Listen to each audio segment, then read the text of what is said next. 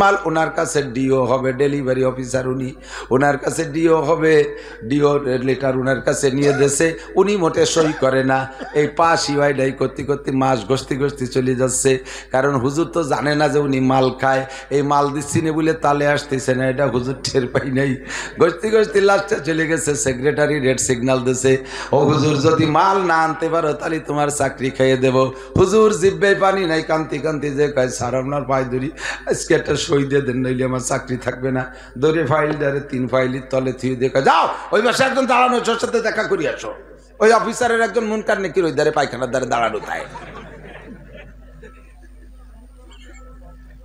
মুনকার নেকির যে ভাই স্যার কি আপনার কাছে আমরা পাঠাইছি? বলে হ্যাঁ। কি জন্য পাঠাইলে? কয় যে যত বড় দাড়ি দেখো আর যত বড় টুপি দেখো, কপালে দাগ দেখো, ওর ভিতরে ফাঁক আছে। দাগের মধ্যে কি আছে? ফাঁক আছে। মাল না দিলি তাল হবে না। কড্ডুন কয় 2 টনের 1 টন।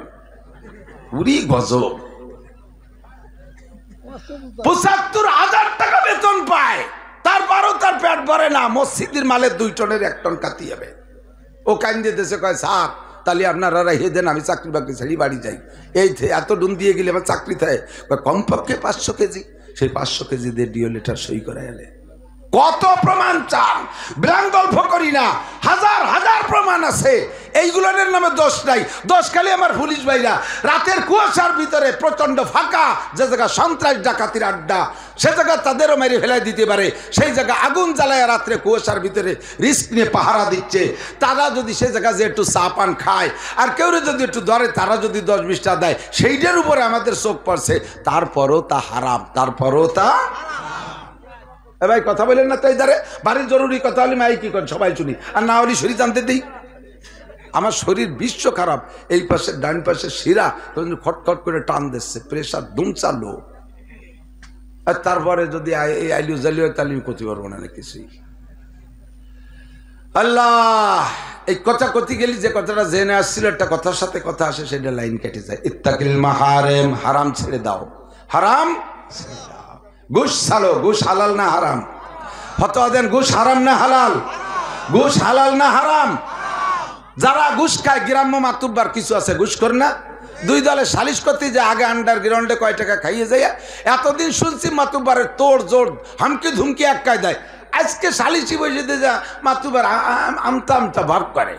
হ্যাঁ, মাল খাইছো দুদু, বুঝে বেলাইছি মাল খাইছো, এই জন্য লাইন কেটে কথা কও। আর ঘুষ খাওয়ার একবার অভ্যাস হয়ে গেলে ও বেতনের অপেক্ষা করে না, জানে যে ওটা তো আল্লাহর রাস্তায় অ্যাকাউন্টে ঢুকবেই। কাজেই উজইসে মাছ ধরি। পুকুরি যে মাছ আছে ওই মাছ ধরার জন্য অত আগ্রহ না। বৃষ্টিতে পানিতে ভাসে যাচ্ছে যেই মাছ, ওই মাছ ধরতে যে আগ্রহ করে মানুষ। কথা কন না কেন? তো পুকুরির কটা তো রয়েছে, ও যে কোনো সময় ধরি খেতে পারবো। এ ভাসিয়ে যা কটা আগে ধরি। এ ঘুষ আলো ভাসিয়ে যা, আমাকে ওদিক কয় উজইসে মাছ। জ্যৈষ্ঠী আষাঢ় মাসে মেঘে ডাক দিলি পারা, পানির সাথে বৃষ্টির সাথে মাছ ওঠে না। এই উজইসে মাছ, এই ঘুষ আলো উজইসে মাছ, এই ধরে খার যাদের অভ্যাস হয়ে গেছে, তারা বেতনের প্রতি অতটা আগ্রহী না। প্রত্যেক হারামের দিকে লক্ষ্য করে দেখেন, যারা এই খেয়াল রে না রে, এদিকে আইল ঠেলা আছে নাকি? আইল ঠেলা ঠেলে ফসলের ক্ষেত্র ঢেলে। হ্যাঁ মাশাআল্লাহ, ভালো আন্তর্জাতিক সুন্নত, নবীর সুন্নত না শয়তানের সুন্নত। বুড়ো ফজরের নামাজ পড়ে পাগড়ি একটা বাঁধ দিয়ে গাছ লাগাতে গেছে, মেহগনি ছাড়া।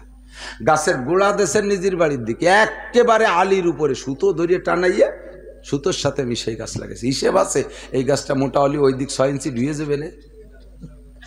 পরে গাছ যখন মোটা হয়েছে, গাছের গোড়া ওই সাইড জানে, সেই বরাবর ওনার বেড়া। এই কটা কাটিয়ে ফিরে হাত দুটিয়ে লাগাইছে, ওই কটা শেষ সীমানায় আছে না এই কৌশল। গাছটা লাগাইছে গোড়া নিজের জমিতে, গাছের মাথা কাট করে দেয় পাশের বাড়ির দিক, দেখতে দেয় না।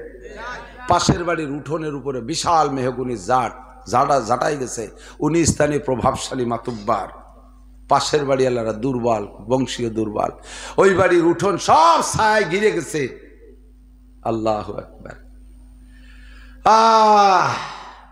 ওই যুবক এসে কয়, কাগা একখান ডাল কাটিয়ে দিই, আমাকে উঠোনে কিন্তু ছায়া পড়তেছে, আমার ছোট ভাই বোন কেতা শুতে পারতেছি না। মা ধান নাড়ছে, 1 সপ্তাহ হয়ে গেলে তা গান্দা হয়ে যাচ্ছে। ডালে কোপ দিবি তো ডেনা কাটি ফেলাই দেবো, জিনিস। ও ওয়াইতে থরথরায় কাঁপতেছে, লম্বা একটা আই ছাড়ছে।